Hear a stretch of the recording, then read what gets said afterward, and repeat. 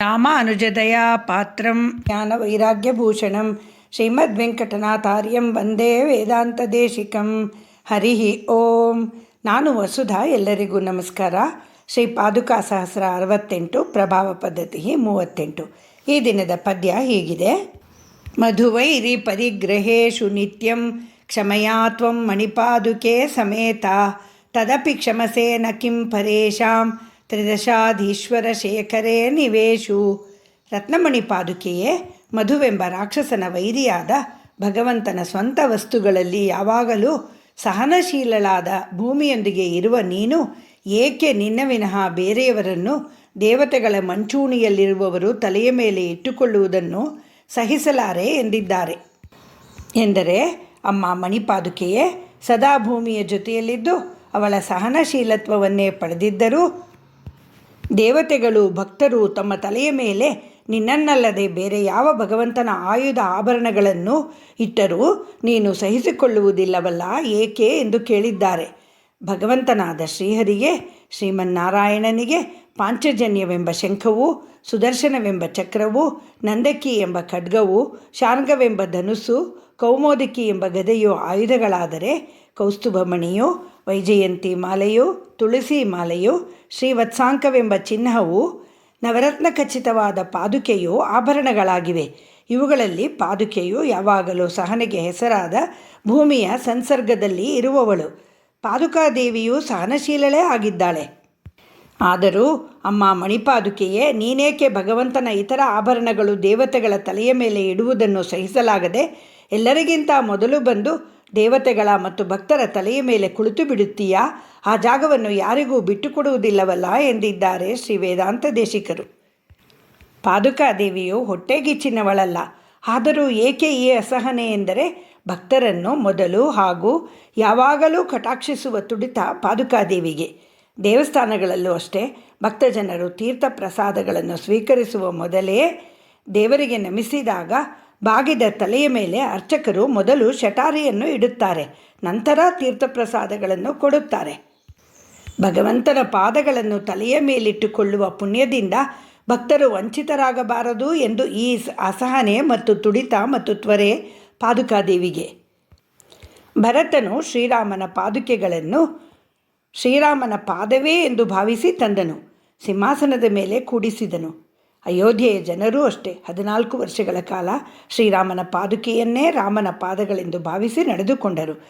ತಮಗೆ ಶ್ರೀರಾಮನ ಸನ್ನಿಧಿಯೂ ಅನುಗ್ರಹವೂ ದೊರೆಯಿತೆಂದು ಭಾವಿಸಿದರು.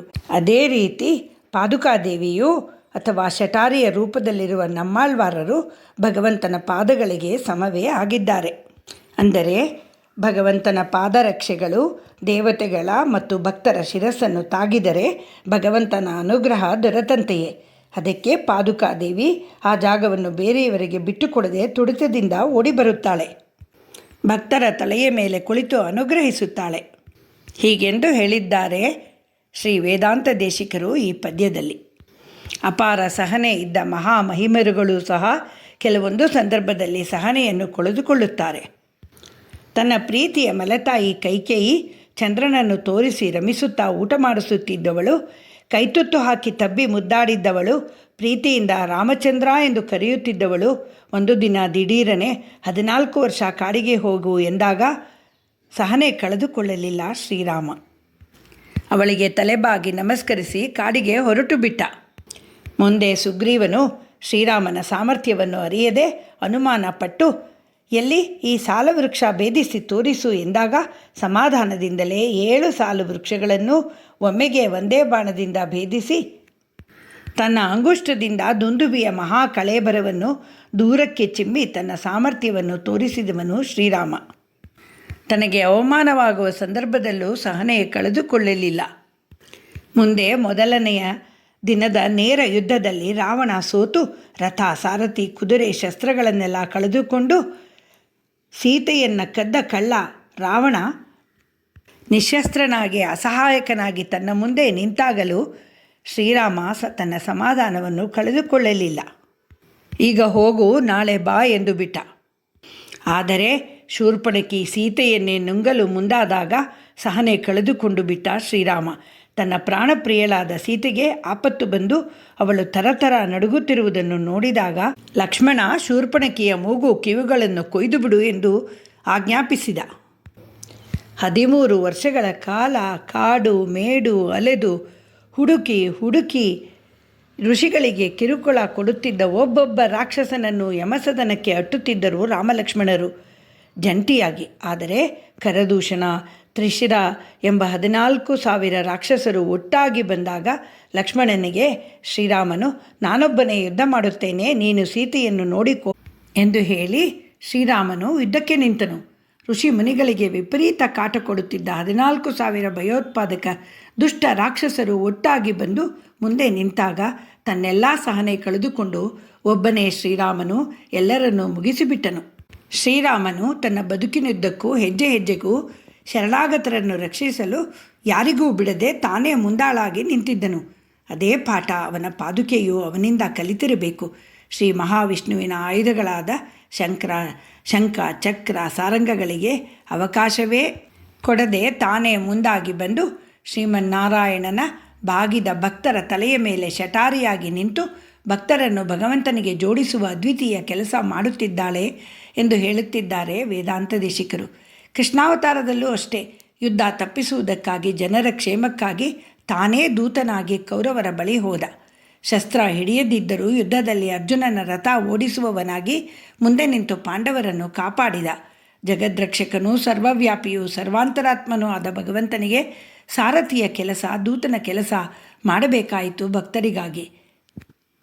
ಪರರ ಹತ್ತಿರ ಕೈ ಚಾಚುವುದು ಎಂದರೆ, ಬೇಡುವುದು ಎಂದರೆ ಎಂಥವರಿಗಾದರೂ ಜೀವ ಹಿಡಿಯಾಗುತ್ತದೆ. ಅಂತಹದರಲ್ಲಿ ವಾಮನ ಅವತಾರದಲ್ಲಿ ಧರ್ಮ ಎತ್ತಿ ಹಿಡಿಯಲು ವಿಶ್ವವನ್ನೇ ವ್ಯಾಪಿಸಿರುವ ಭಗವಂತನು ಪುಟ್ಟ ವಾಮನನಾಗಿ 3 ಅಡಿ ನೆಲವನ್ನು ಬೇಡಿದನಲ್ಲ. ಇದಲ್ಲವೇ ಶರಣಾಗತ ರಕ್ಷಣೆಯ ಪರಿ. ಈ ನಾಟಕವೆಲ್ಲ ಆಶ್ರಿತರನ್ನು ಕಾಪಾಡುವುದಕ್ಕಾಗಿ ಅಲ್ಲವೇ? ಆಶ್ರಿತರನ್ನು ಕಾಪಾಡಲೆಂದೇ ಪಾದುಕಾದೇವಿಯು ತಾನೇ ಮುಂದಾಗಿ ಬಂದು ಭಕ್ತರ ತಲೆಯ ಮೇಲೆ ಶಟಾರಿಯಾಗಿ ಕುಳಿತು ಆಶೀರ್ವದಿಸುವುದು ಎಂದಿದ್ದಾರೆ ಶ್ರೀ ವೇದಾಂತ ದೇಶಿಕರು. ಭಕ್ತರ ಶ್ರೇಯಸ್ಸಿಗಾಗಿ ಅವರನ್ನು ಕಾಪಾಡಲು ಭಗವಂತ ಏನು ಕೆಲಸ ಬೇಕಾದರೂ ತಾನೇ ಓಡಿ ಬಂದು ಮಾಡುತ್ತಾನೆ, ಬೇರೆಯವರಿಗೆ ಬಿಡುವುದಿಲ್ಲ. ಒಮ್ಮೆ ಅಕ್ಬರ್ ಬಾದಶಹನು ತನ್ನ ಮಂತ್ರಿ ಬೀರಬಲನ ಹತ್ತಿರ ಸಲುಗೆಯಿಂದ, ಏನು ನಿಮ್ಮ ದೇವರುಗಳು ಭಕ್ತರನ್ನು ಕಾಪಾಡಲು ತಾನೇ ಓಡಿ ಬರುತ್ತಾನೆ, ಗಜೇಂದ್ರ ಕೂಗಿದಾಗ ಗರುಡನ ಮೇಲೇರಿ ವೇಗದಿಂದ ಬಂದು ಸುದರ್ಶನ ಚಕ್ರ ಬಿಟ್ಟು ಮೊಸಳೆಯನ್ನು ಕೊಂದು ಆನೆಯನ್ನು ಬಿಡಿಸಿದ ಎಂದು ಹೇಳುತ್ತೀರಿ. ಅವನೇ ಜಗತ್ತಿನ ಒಡೆಯ ಎನ್ನುತ್ತೀರಿ. ಯಾಕೆ ಅವನ ಹತ್ತಿರ ಆಳುಕಾಳು ಸೈನ್ಯ ಇರಲಿಲ್ಲವೇ?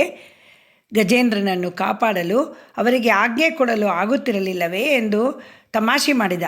ರಾವಣನನ್ನು ಕೊಲ್ಲಲು ಅವನೇ ಹುಟ್ಟಿ ಬರಬೇಕಿತ್ತೆ? 14 ವರ್ಷ ವನವಾಸ ಮಾಡಬೇಕಿತ್ತೆ?